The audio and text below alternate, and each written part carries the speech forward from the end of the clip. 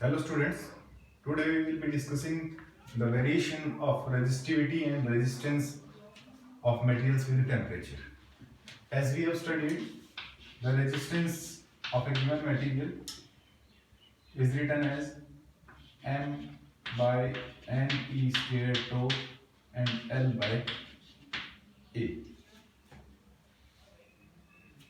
इस टर्म को हम रेजिस्टिविटी या स्पेसिफिक रेजिस्टेंस रिकॉल किया था।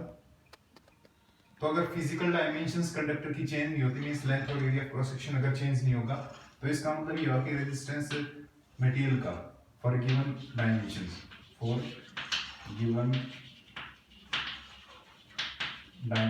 Of conductor, given dimensions of conductor का मतलब L and A these are fixed. L और A के वेरिएशन की भी बाद में बात करेंगे हम, फिलहाल यहाँ टेम्परेचर के इफेक्ट की बात करना चाह रहे हैं। तो व्हेन रेजिस्टेंस, क्योंकि ये एक पैरामीटर फिक्स हो गए, तो रेजिस्टेंस किसके ऊपर डिपेंड करेगा? इस पैरामीटर रेजिस्टिविटी पे डिपेंड करेगा, and that resistivity is obviously what depending on this factor m by n e square tau। यहाँ ये चीज मेंशन कर देते हैं कि m मास ऑफ इलेक्ट्रॉन है और ये चार्ज ऑन इलेक्ट्रॉन है, ये पैरामीटर चेंज नहीं होगी। तो इसका मतलब हम इन दोनों पैरामीटर के डिपेंडेंस को हटा देते हैं यहाँ से। तो इसका मतलब ये हुआ कि यहाँ पे हमारे पास 1/n और 1/2 ये दो टर्में हुई जो डिपेंड करती है रेजिस्टेंस और रेजिस्टिविटी के लिए। मींस रेजिस्टेंस और यू कैन से the resistivity will depend on the two factor. First one is n. N is the number density of free electrons, जिसको आपने number of electrons per unit volume भी कहा था, total number of electron divided by total volume. और ordinarily ये change नहीं होता for a given material. कोई आपने सपोज कॉपर का, एल्यूमिनियम का, उसका एटॉमिक नंबर फिक्स है, उसके डायमेंशंस फिक्स है, तो उसके अंदर जितने वॉल्यूम के अंदर जो इलेक्ट्रॉन्स ऑक्युपाई होंगे, फ्री इलेक्ट्रॉन्स, वो ऑर्डिनरली एप्रिशिएबली चेंज नहीं होता। सो n ordinarily do not change appreciably for a given conductor या given material. Although it will be changing in semiconductors with temperature, तो वो हम पैरामीटर भी देखेंगे, लेकिन यहाँ पे ऑलमोस्ट ये फिक्स रहेगा। तो इसका मतलब ये हुआ कि रेजिस्टेंस या रेजिस्टिविटी, तो हम सपोज एक बार रेजिस्टिविटी की बात कर लेते हैं, क्योंकि रेजिस्टिविटी अगर चेंज होगी तो ऑब्वियसली बात है कि रेजिस्टेंस भी चेंज होगा। तो मैं एक ही चीज लिख देता हूँ, दोनों को साइमल्टेनियसली लिखते हैं, बाद में सेम रिजल्ट रिप्रोड्यूस कर देंगे। तो इसका मतलब रेजिस्टिविटी है वो किस पैरामीटर पे डिपेंड की? That is inversely proportional to tau, and the tau is the mean or average relaxation time.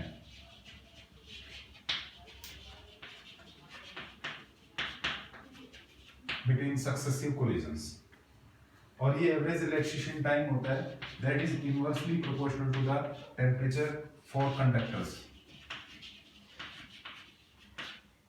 क्योंकि जैसे ही हम टेम्परेचर राइज करेंगे, तो टेम्परेचर राइज करने से जो आपके पास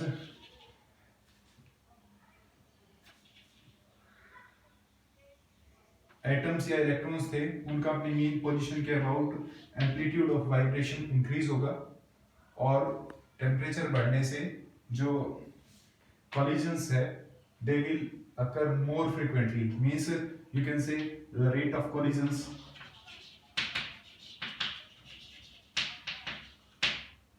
increases, that is collisions occurs at faster rate। तो जब कोलिजन जल्दी जल्दी होंगे, तो इसका मतलब ये हुआ कि सक्सेसिव कोलिजन के बीच में जो टाइम होता है, जिसको रिलैक्सेशन टाइम है, वो डिक्रीज हो जाएगा। 10 रिलैक्सेशन टाइम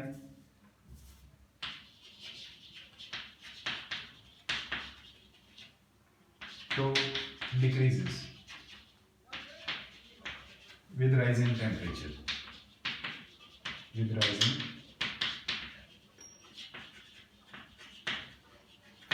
टेम्परेचर। इसका मतलब ये होगा कि टेम्परेचर बढ़ेगा तो रिलैक्सेशन टाइम घटेगा, और जब आपके पास रिलैक्सेशन टाइम घटेगा तो ऑब्वियसली रेजिस्टिविटी बढ़ेगी। इसका मतलब ये हुआ कि अगर यहाँ इसको पुट करें तो ये जो टर्म थी टेम्परेचर की इनवर्स थी तो ये ऊपर पलट करके जाएगी, तो इसका मतलब ये होगा कि 10 therefore resistivity depends directly with temperature। Temperature बढ़ाने से रेजिस्टिविटी इंक्रीज होगी आपके पास मेटेलिक कंडक्टर्स के लिए। तो ये जो वेरिएशन को अगर टेम्परेचर की टर्म में अगर हम स्टडी करें देन द रिजल्ट इज, हम डायरेक्टली लिख रहे हैं यहाँ पे, that is rho naught into 1 plus alpha delta T plus beta delta T square plus and so on. तो यहाँ हम ये चीज मेंशन कर देते हैं कि एक तो डेल्टा टी टर्म है आपके पास टेम्परेचर डिफरेंस,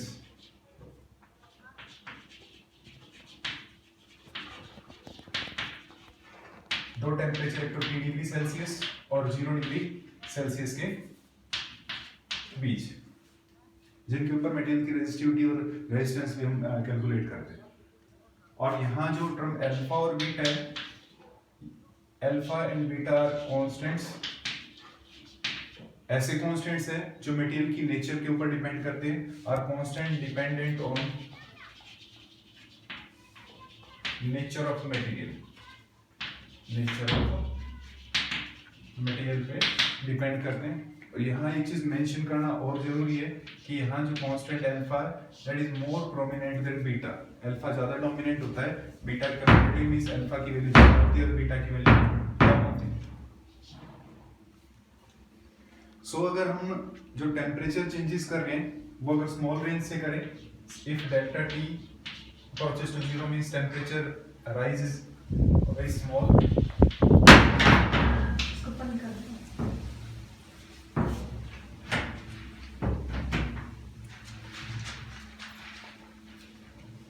सो डेल्टा टी अगर टर्म स्मॉल होगी तो उसकी जो हायर ऑर्डर टर्म्स है वो नेग्लेक्ट की जा सकती हैं। तो इसका मतलब ये हुआ कि हमने हायर ऑर्डर टर्म को अगर नेग्लेक्ट कर दिया, also beta dependence is very small, beta भी स्मॉल है इसलिए इस टर्म को भी हमने छोड़ दिया, तो हमारे पास देन रिजल्ट होगा जो रेजिस्टिविटी का, that will be rho is equal to rho naught into 1 plus alpha delta T.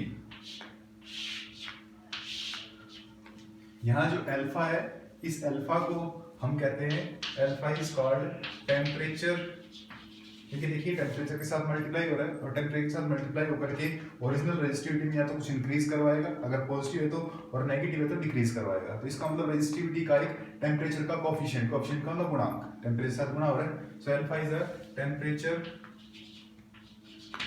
Coefficient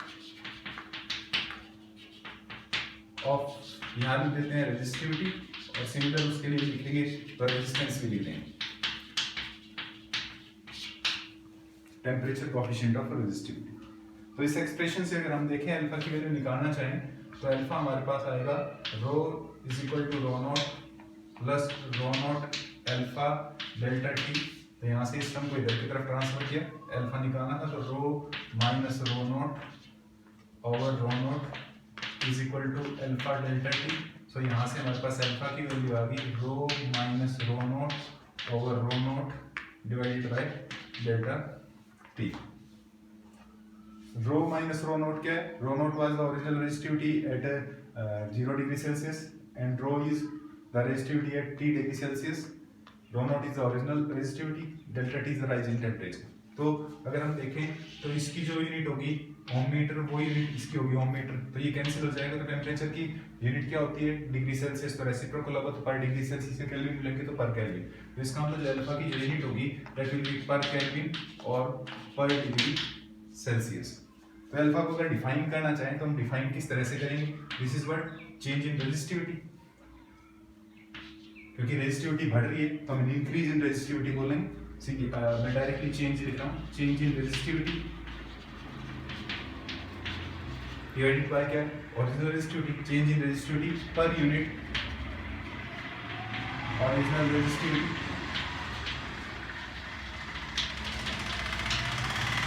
change in resistivity per unit original resistivity per degree rise in temperature, per degree rise in temperature। तो ये alpha decide करेगा कि किस material की resistivity किस तरह की होगी। अल्फा हमारे पास पॉजिटिव भी हो सकता है, नेगेटिव भी हो सकता है, स्मॉल वैल्यूज के भी हो सकता है मटेरियल के लिए, लार्ज वैल्यू का भी, क्योंकि मटेरियल की नेचर के ऊपर डिपेंड करता है। तो अगर हम बात करें मेटेलिक कंडक्टर्स के लिए, मेटल्स के लिए अल्फा की वैल्यू पॉजिटिव होती है। जब अल्फा की वैल्यू पॉजिटिव होगी तो इसका मतलब रेजिस्टिविटी में एक फैक्टर जो मल्टीप्लिकेशन होकर के ऐड होगा वो उसकी रेजिस्टिविटी को बढ़वाएगा। इसका मतलब रेजिस्टिविटी एंड हेंस रेजिस्टेंस, क्योंकि रेजिस्टिविटी और रेजिस्टेंस दोनों डायरेक्टली प्रोपोर्शनल है, तो रेजिस्टेंस और रेजिस्टिविटी दोनों टेम्परेचर के कारण से बढ़ेंगी। किसके केस में?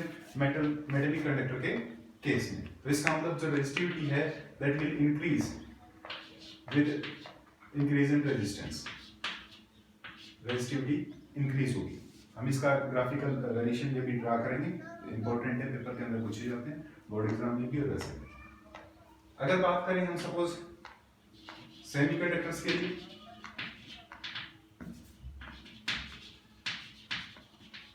तो सेमीकंडक्टर्स के लिए अल्फा की वैल्यू नेगेटिव होती है।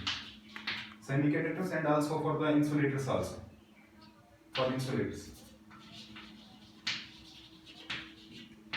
इंसुलेटर्स के लिए भी अल्फा की वैल्यू नेगेटिव होती है। इसका मतलब ये हुआ कि सेमीकंडक्टर की बात करें तो सेमीकंडक्टर में रेजिस्टिविटी टेम्परेचर बढ़ाने से कम होगी, रेजिस्टिविटी कम होगी तो कंडक्टिविटी बढ़ेगी। ठीक है, ये हम 9th यूनिट में भी हम डिस्कस करेंगे सेमीकंडक्टर इलेक्ट्रॉनिक्स में। और अगर एलॉयज की बात करें तो कुछ एलॉयज जैसे कि आपके पास मैग्नालिन है, जिनसे हम कॉपर वाउंड वायर रेजिस्टेंस बनाते हैं, वायर बाउंड रेजिस्टेंस, मैग्नालिन, कॉन्स्टेंटन। तो मैग्नालिन में ऐसा है जिसके लिए अल्फा की वैल्यू पॉजिटिव तो है बट स्मॉल, पॉजिटिव तो है but negligibly small, very small. इसका मतलब ये हुआ कि टेम्परेचर बढ़ाने से उनकी रेजिस्टिविटी और रेजिस्टेंस के ऊपर एप्रिशिएबल चेंज नहीं होगा, एप्रिशिएबल इंक्रीज नहीं होता है, इसलिए इनको स्टैंडर्ड रेजिस्टेंस कॉइल बनाने के लिए अंदर यूज करते हैं। तो अभी हम ग्राफिकल वेरिएशन ड्रा कर लेते हैं। अगर रेजिस्टिविटी के लिए आप करना चाहोगे तो वो इसी तरह से करना है, आपने रो टर्म की जगह आर लिख लेना है, आर इनवर्सली प्रोपोर्शनल टू बाकी सारी चीज सेम, ऐसे यहाँ आर नोट, यहाँ R nought, R nought, R minus R nought over R nought, R minus R nought over R nought, means change in resistivity की जगह change in resistance per unit original resistance per degree rise in temperature same होगा उसी तरह से। तो अभी इसके हम मेटेलिक कंडक्टर्स के लिए, एलॉयज के लिए और सेमीकंडक्टर के लिए क्या वेरिएशन है वो स्टडी कर लेते हैं। सेमीकंडक्टर पे हमें थोड़ा सा ध्यान दे करके पढ़ना पड़ेगा क्योंकि वहाँ 9th यूनिट में हालांकि फिर दोबारा से भी पढ़ेंगे। तो आपने जो मेटल्स के लिए कहा, तो मेटल्स के लिए हमारे पास पैरामीटर आया था for metal, so for example copper, aluminium, silver etc की बात करें तो रेजिस्टिविटी का एक्सप्रेशन है rho T is equal to rho naught into 1 plus alpha delta T plus beta delta T square and so on. हालांकि ये चीज लिखा हुआ है कि अल्फा ग्रेटर देन बीटा, तो डिपेंडेंस इसकी ज्यादा होगी, लेकिन फिर भी जब सिग्निफिकेंटली टेम्परेचर को चेंज करेंगे तो ये टर्म भी अपने रोल प्ले करेगी। इसका मतलब जो वेरिएशन होगा that will B non linear, non linear for small range of temperature change. इसका मतलब ये हुआ कि अगर हम ग्राफ ड्रा करें, इधर की तरफ हम टेम्परेचर लिख लेते हैं सेमी केल्विन में और इधर की तरफ हम इसे रेजिस्टिविटी लिख लेते हैं एंड दैट इज रेजिस्टिविटी की यूनिट होती है ओम मीटर। तो यहाँ हमने एक मल्टीप्लायर फैक्टर बना लिया 10 to the power -8 ohm metre, क्योंकि रेजिस्टिविटी मेटेलिक कंडक्टर की कम होती है, कंडक्टिविटी ज्यादा होती है। तो इसका जो ग्राफ आएगा that will B non linear one, ये ध्यान रखना किसके लिए, फॉर मेटल्स की। अब अगर हम बात करें एलॉयज की, एलॉय जैसे आपने मैग्नीशियम बताया जिनके लिए अल्फा की वैल्यू पॉजिटिव है बट स्मॉल है, से 4 × 10⁻³ पर डिग्री सेल्सियस, इस तरह की है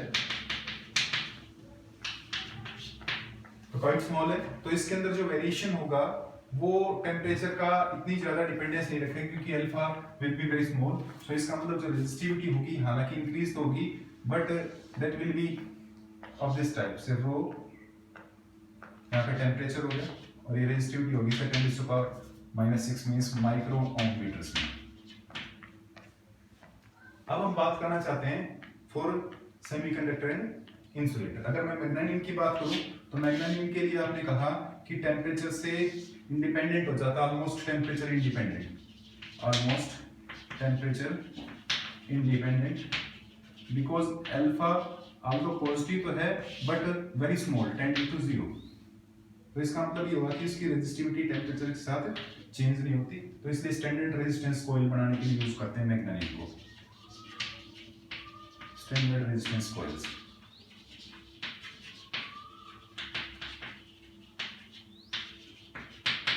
अब हम बात कर लेते हैं resistivity of semiconductors and insulators.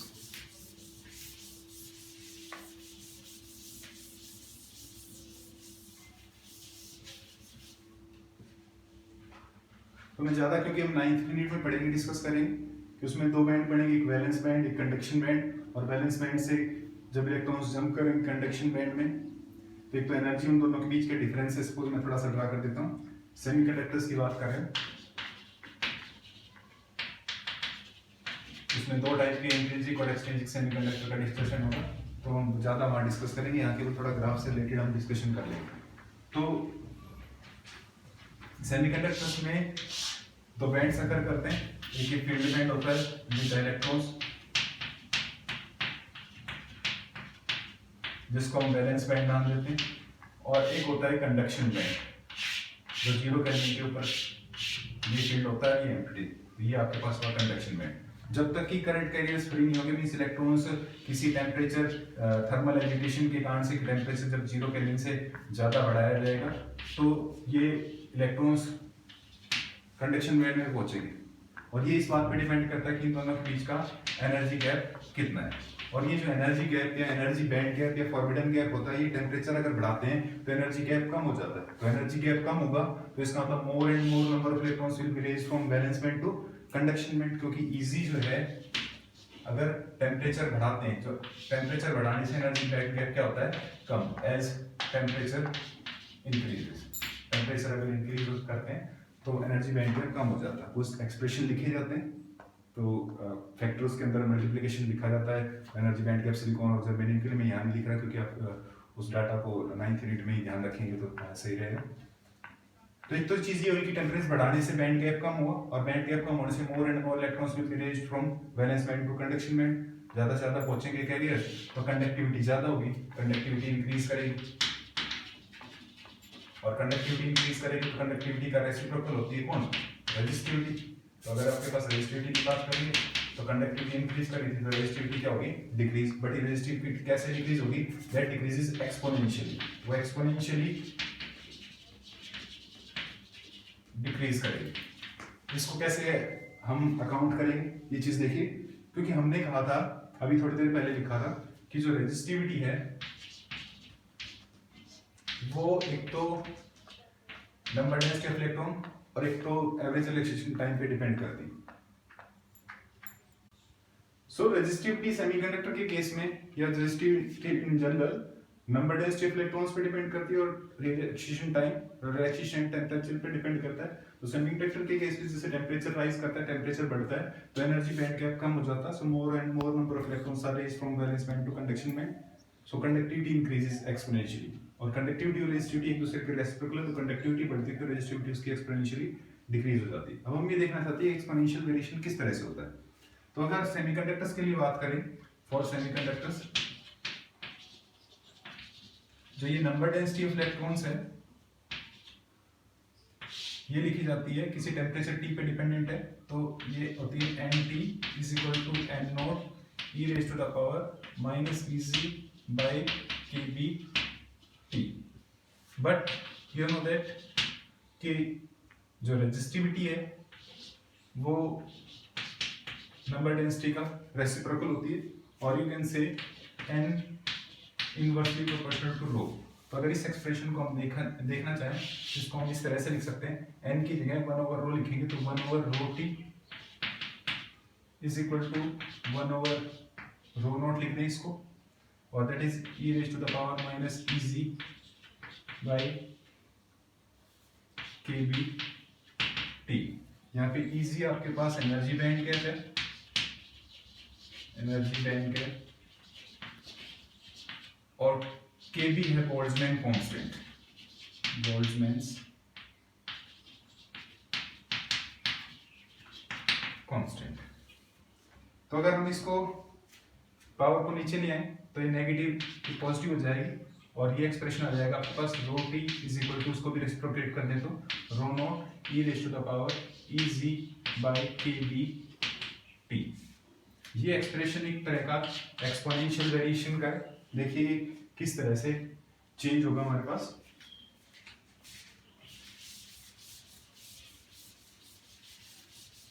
Expression हमारे पास आया है rho T is equal to rho not E raise to the power E G by K B T. तो इस पैरामीटर में अगर इस फैक्टर के अंदर अगर हम देखें तो टी टर्म अगर इंक्रीज होगी तो टी इसके रेसिप्रोकल में ये आपके पास ई G by K B T करके फैक्टर है, तो टी अगर बढ़ेगा तो ओवरऑल ये फैक्टर क्या करेगा, घटेगा, और ये पूरा फैक्टर अगर घटेगा, ठीक है, टी अगर बढ़ता है, मैं अलग अलग कलर्स दिखाता हूँ, टी अगर बढ़ेगा तो ये फैक्टर घटेगा, ये पावर घटेगी, और ये पावर घटेगी तो इसका मतलब ये पूरा फैक्टर घट रहा है, और ये पूरा फैक्टर घट रहा है, इसका मतलब रेजिस्टिविटी घट रही है। तो जैसे टेम्परेचर बढ़ेगा तो रेजिस्टिविटी एक्सपोनेंशियली डिक्रीज होगी, तो उसका जो ग्राफ आएगा एक्सपोनेंशियल डिक्रीज का वो इस तरह का ग्राफ आएगा,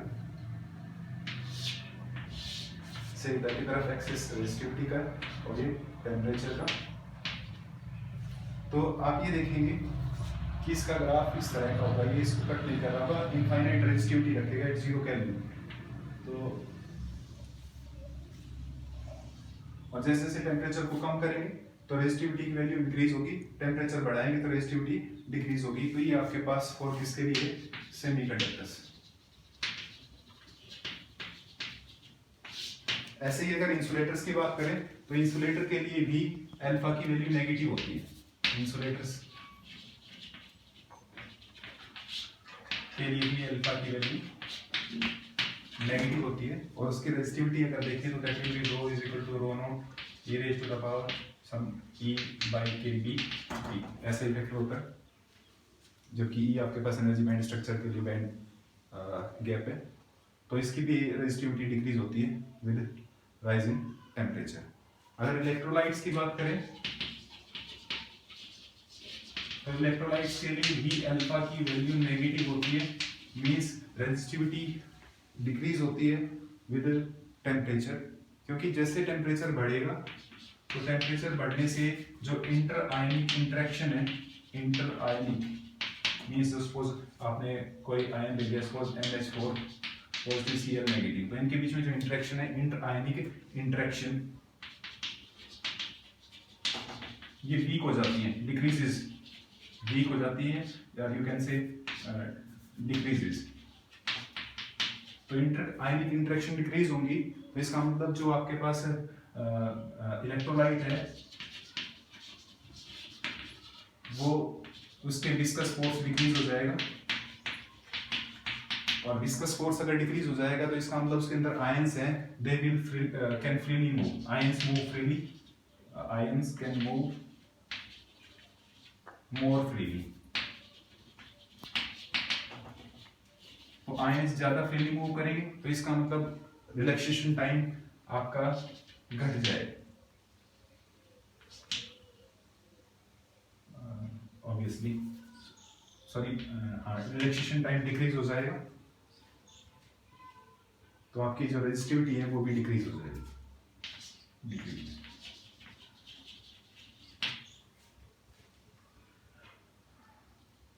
So this was the variations of resistivity for different kind of material with temperature. Students अब हम डिस्कस करेंगे कॉम्बिनेशन ऑफ रेजिस्टर्स जो कि आप 10th क्लास में सीरीज कॉम्बिनेशन पैरेलल कॉम्बिनेशन पढ़ गए हैं। तो यहाँ उनका रिलेशनशिप लिखेंगे, उनके जो न्यूमेरिकल्स हैं वो हम नेक्स्ट लेक्चर्स में डिस्कस करेंगे। आपको पता है कि रेजिस्टेंस एक प्रॉपर्टी है और जो मटेरियल रेजिस्टेंस को शो कर रहा है, जो रेजिस्टेंस प्रोवाइड कर रहा है, उसे हम रजिस्टर कह रहे हैं। और रजिस्टर का जो सिंबल होता है वो इस तरह का होता है, ऐसे आर लिख देते हैं। ये तो आपके पास है फिक्स टाइप का रजिस्टर। और अगर रजिस्टर की वैल्यू चेंज हो रही है तो उसे हम मूवेबल रजिस्टर या वेरिएबल रजिस्टर दिखा सकते हैं। सही, वेरिएबल रजिस्टर। वेरिएबल रजिस्टर में इस तरह से भी शो किया जा सकता है या इस तरह से, जो कि आप रियोस्टेट पढ़ते हो लैब के अंदर, वो भी एक वेरिएबल रजिस्टर का एग्जांपल है, रियोस्टेट। इसके अलावा मैं आपको दिखाऊंगा बाद में ला करके एक डिवाइस और है जिसको पोर्ट कहते हैं। पोर्ट कहते हैं पोटेंशियोमीटर। वो भी एक वेरिएबल रजिस्टर का एग्जांपल है। अब हम यहाँ रेजिस्टेंसेस के कॉम्बिनेशन की बात कर रहे हैं और रेजिस्टेंस के दो तरह की कॉम्बिनेशन हमने डील करने। एक तो हमने डील करना है सीरीज कॉम्बिनेशन और दूसरा करना है पैरेलल कॉम्बिनेशन। तो पहले हम बात कर लेते हैं सीरीज कॉम्बिनेशन की।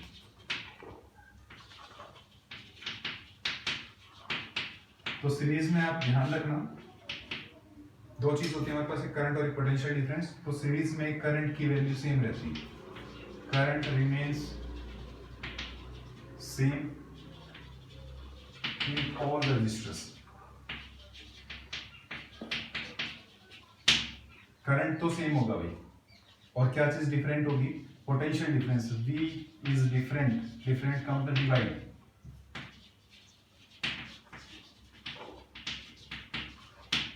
तो जो चीज डिफरेंट होती है वो कैलकुलेट करनी पड़ती है हमें, तो वो चीज हम कैलकुलेट करेंगे।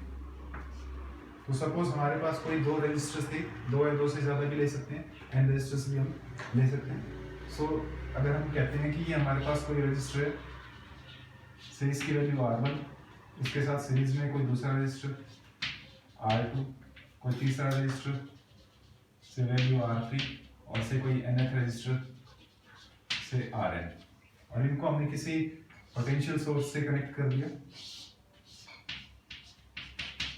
से V से।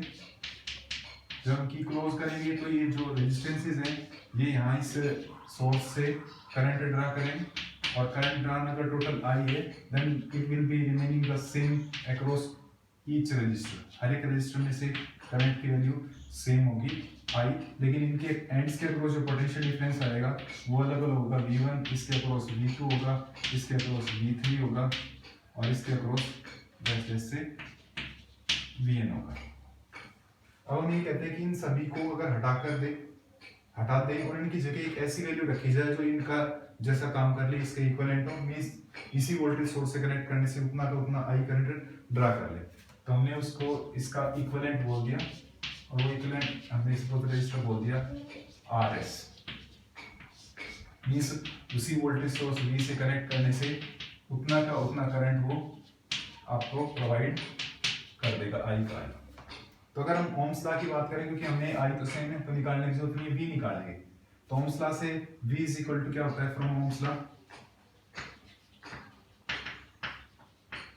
V is equal to IR। तो करंट तो सेम है, तो V किस पे डिपेंड करेगा?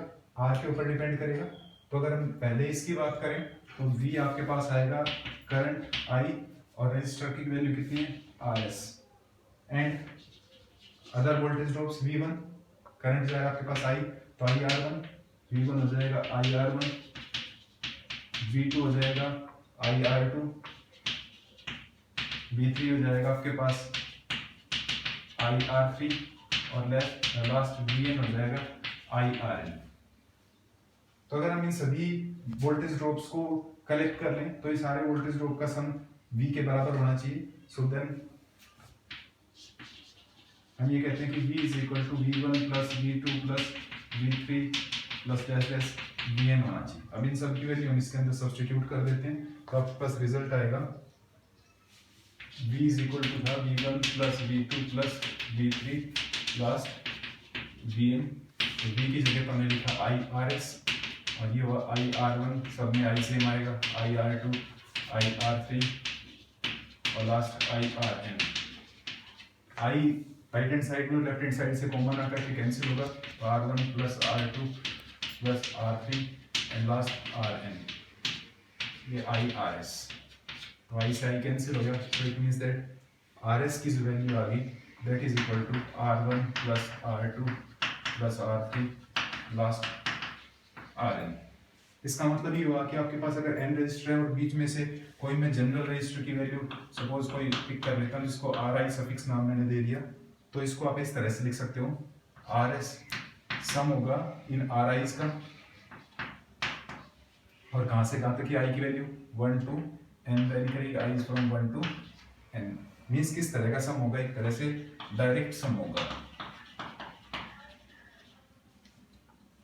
तो अब यहाँ पे अगर हमारे पास केवल दो रजिस्टर्स हों, तो जिसकी वैल्यू फर्स्ट बोल देते हैं इक्वेशन को, इसको सेकंड।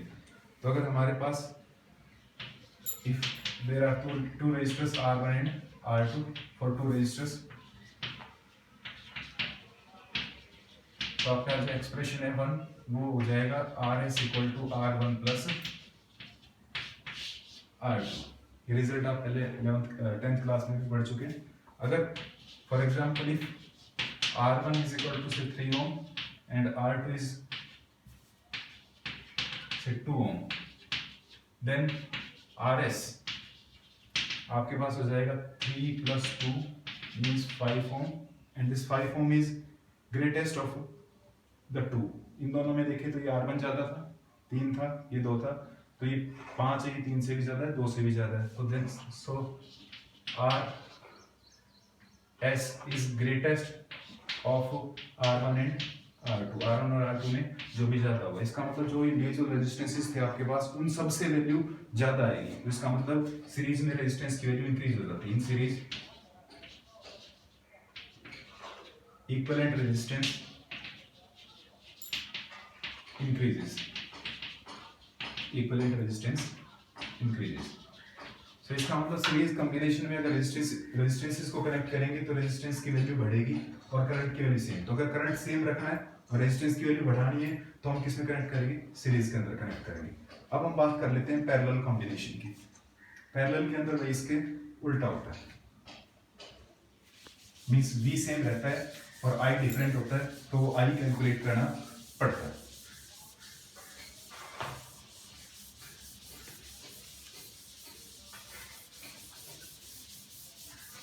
यहाँ डायरेक्ट सम आया है, पैरेलल के अंदर रेसिप्रोकल सम आएगा आपके पास। तो पैरेलल कॉम्बिनेशन की अगर बात करें तो पैरेलल कॉम्बिनेशन कहता है कि पैरेलल कॉम्बिनेशन वो कॉम्बिनेशन होगा जिसमें पोटेंशियल डिफरेंस जो V है वो सेम रहता है, same across all registers, but V divides, so but sorry I divides, I क्या करता है, डिवाइड करता है। तो सपोज हम मान लीजिए हमारे पास कोई रजिस्टर्स ले लेते हैं, से R1 इसकी वैल्यू से R2, ये कोई से R3 और ऐसे ही कोई NH RN, और इनको हमने सपोज पैरेलल कॉम्बिनेशन के अंदर कनेक्ट कर दिया है।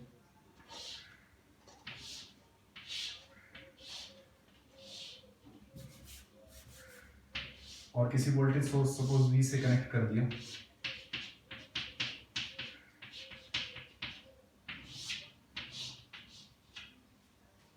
तो आप कहोगे कि जो पोटेंशियल है V ये सभी रजिस्टर्स में सेम है। हमारी जो हाउस होल्ड डिवाइस जो पैरेलल में कनेक्ट होती है, अगर मान लीजिए सपोज जी कोई हमारे पास कुछ बल्ब ट्यूब पंखे लगे हुए कुछ लोड रेजिस्टेंसेस, तो अगर इनमें से कोई भी एक ब्लो ऑफ कर गया, ये ब्लो ऑफ कर गया, तो इनके ऊपर तो पोटेंशियल पहुंच रहा है, यहाँ से पॉजिटिव पोटेंशियल और यहाँ से नेगेटिव पोटेंशियल, यहाँ पे पॉजिटिव, ये पॉजिटिव, इसके पास है पॉजिटिव, इसके पास है पॉजिटिव, यहाँ से इसके पास नेगेटिव नेगेटिव नेगेटिव। तो इसका मतलब पोटेंशियल है सभी के अंदर क्या है, V है। लेकिन यहाँ से जो टोटल करंट इन लोड में ड्रा किया था वो करंट जाकर के डिवाइड होगा यहाँ I1, यहाँ I2, यहाँ I3 और से IN। और अगर किरचॉफ्स करंट लॉ अप्लाई कर देंगे तो टोटल करंट वापस रिटर्न हो जाएगा I1, I2, I3 और IN। मीन्स ये रिलेशनशिप होगा I is equal to I1 plus I2 plus I3, means total incoming current total outgoing current के बराबर होता है। तो अगर हम कहें कि इन सभी रेजिस्टेंसेस को हटा करके इसका इक्विवेलेंट रेजिस्टेंस लिखना चाहे तो उसकी वैल्यू हमने बता दी से RP। मीन्स कहने का मतलब उसी वोल्टेज सोर्स से अगर इसको कनेक्ट कर दिया जाए V से तो उतना का उतना करंट जो इतना इन्होंने ड्रा किया था वो का वही सेम करंट ड्रा करके ये देगा आपको I। तो अब ओम्स लॉ से अगर बात करें, क्योंकि हमें क्या निकालने करंट, और करंट का फार्मूला आता है I is equal to V by R। So from Ohm's law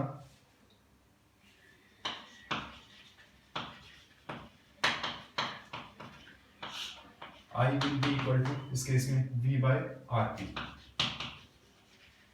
और इनके केस में क्या आएगा I1 will be V by R1, V by R2, V by R3 इस तरह से आएंगे, and this I1 will be V by R1, I2 will be V by R2 and IN will be V by RN। So अगर then हमने कहा कि total current तो इन सब का सम होगा I will be I1 plus I2 plus I3 and dash IN। Value put करेंगे तो I की वैल्यू तो V by RP पुट होगी, ये होगा V by R1, V by R2, V by R3 and last V by RN। तो V सब में से क्या हो जाएगा, कैंसिल हो जाएगा, तो that will be 1 over RP is equal to 1 over R1 plus 1 over R2 plus 1 over R3 और प्लस एंड में कोई ith मान लेता हूँ RI एंड लास्ट वन से RN। तो आप यहाँ देख रहे हैं ये आपके पास एक रेसिप्रोकल सम आ रहा है, तो 1 over RP will be summation of 1 over RI and I varies from 1 to n। अगर हमारे पास केवल दो रेजिस्टर्स हो, for to resistors R1 and R2, तो इन दो रेजिस्टेंसेस R1 और R2 के लिए फार्मूला होगा 1 over RP is equal to 1 over R1 plus 1 over R2 और एलसीएम ले लेते हैं, तो R1 R2 एलसीएम आ गया, ये आएगा R2 प्लस R1 और इसको अगर रेसिप्रोकेट कर दे तो RP will B R1 R2 over R1 plus R2। ये पैरेलल के अंदर रेजिस्टेंसेस का फार्मूला हो गया। अब अगर हम देखें फॉर एग्जांपल, अगर हमने वही एग्जांपल ले लिया R1 is equal to 3 ohm and R2 is equal to 2 ohm और इसके अंदर पुट करें, देन RP आपके पास बताइए कितना होगा, that will B R1 R2 means 3 into 2 divided by R1 plus R2, so that is 6 divided by 5 means it is 1.2 ओम। तो आप इन दोनों में देखिए जो स्मॉलेस्ट था, स्मॉलेस्ट कौन है 2 ओम, तो उससे भी कम है value, it means that RP is smaller than smallest of R1 and R2। इसका मतलब रेजिस्टेंस है जो पैरेलल में वो क्या हुआ, डिक्रीज हुआ। सो इन पैरेलल में combination equivalent resistance decreases. Equivalent resistance क्या होता है, डिक्रीज होता है, however V remain same, V क्या रहता है, सेम रहता है। तो इसलिए most of the devices, household devices उनको पैरेलल में कनेक्ट कर रहे हैं ताकि सबके ऊपर वोल्टेज या पोटेंशियल सेम लगता रहे, उनमें से कोई खराब हो जाए तो भी, और आपके पास रेजिस्टेंस की वैल्यू भी डिक्रीज हो जाती है। अब अगर क्योंकि यहाँ बात करें करंट डिवाइड होता है और सीरीज के अंदर वोल्टेज डिवाइड होती है, तो करंट डिवीजन थ्योरम और वोल्टेज डिवीजन थ्योरम का मैं आइडिया आपको और दे देता हूँ, तो वो चीज़ देख लीजिए कैसे।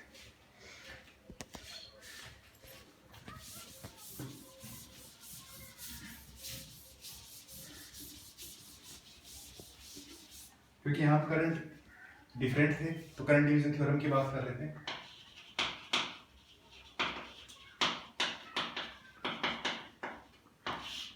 क्योंकि आपने कहा है यहाँ I is equal to V by R है, क्योंकि किस में करंट डिवीजन थ्योरम कहाँ लगेगी, पैरेलल वाले केस में लगेगी, क्योंकि V तो सेम होता है पैरेलल में, और करंट डिवाइड होता है, तो करंट डिवाइड हो तो करंट कैलकुलेट करना किस फार्मूले से, I is equal to V by R से। तो V तो सेम है, तो इसका मतलब current is inverse ratio of resistance. Suppose मान लीजिए आपके पास दो रजिस्टर है, एक रजिस्टर कह दिया R1 और दूसरे रजिस्टर को आपने नाम दे दिया से R2, और इन्होंने किसी सोर्स से जो करंट ड्रा किया है वो सपोज I ड्रा किया, तो इस ब्रांच में I1 जाएगा, इस ब्रांच में I2 जाएगा। ये I1 और I2 आप कैलकुलेट कर सकते हैं अगर टोटल करंट आपको पता हो। कैसे आएगा, inverse ratio of resistance, means current पहले में निकालना है तो रेजिस्टेंस कौन सा लिखा है, दूसरा। अगर करंट दूसरे में निकालना तो रेजिस्टेंस पहला, means I1 will be equal to what, total current I divided by total resistance, ऐसा लिख देना I। ठीक है, तो अब करंट क्योंकि पहले में निकालना तो रेजिस्टेंस कौन सा लिखा जाएगा, दूसरा। ठीक है, एंड करंट सेकंड निकालना है, वो कैसे निकलेगा, total current divided by total resistance, और करंट दूसरे में निकालना तो रेजिस्टेंस कौन सा लिखा जाएगा, पहला। ये आपके पास कौन थी, करंट डिवीजन थ्योरम। अगर बात करें हम सीरीज कॉम्बिनेशन की, तो सीरीज में क्योंकि करंट क्या रहता था, सेम। सपोज मान लो मैंने दो रेजिस्टर्स ले ली R1 और R2, इनमें करंट सब में क्या है, सेम है। इसके अक्रॉस पोटेंशियल डिफरेंस रहेगा V1 और इसके अक्रॉस पोटेंशियल डिफरेंस V2। क्योंकि हम सीरीज की बात करें, इन सीरीज में क्या सेम रहता है भाई, करंट सेम रहता है, तो इसको तो निकालने की जरूरत नहीं। तो क्या डिवाइड होता है, पोटेंशियल डिफरेंस V डिफरेंट होता है, तो V निकालना है। तो V किस फार्मूले से निकलता है, V इज इक्वल टू होता है IR। तो कौन सी चीज सेम है यहाँ पे, I सेम है, तो सेम तो कांस्टेंट हटा दे तो V किसके प्रोपोर्शनल, R, मींस रेजिस्टेंस के डायरेक्टली प्रोपोर्शनल। पहले में वोल्टेज ड्रॉप निकालना है तो पहला रेजिस्टेंस, दूसरे में निकालना तो दूसरा। तो अगर टोटल वोल्टेज आपके पास V है तो कैसे डिवाइड होगी, V1 is equal to total voltage divided by total resistance, V2 is equal to total voltage divided by total resistance. अब क्योंकि V किसके प्रोपोर्शनल है भाई, R के डायरेक्टली प्रोपोर्शनल है, तो पहले में वोल्टेज निकालने तो रेजिस्टेंस पहला, और दूसरे में वोल्टेज निकालने तो दूसरा रेजिस्टेंस। ये आपके पास होगी वोल्टेज डिवीजन थ्योरम। तो ये आपके पास हम न्यूमेरिकल करते टाइम यूज करेंगे। तो लास्ट जो हमने रिजल्ट निकाला था सीरीज और पैरेलल के, वो आप ध्यान रखना, और प्रॉब्लम्स हम नेक्स्ट लेक्चर में करेंगे।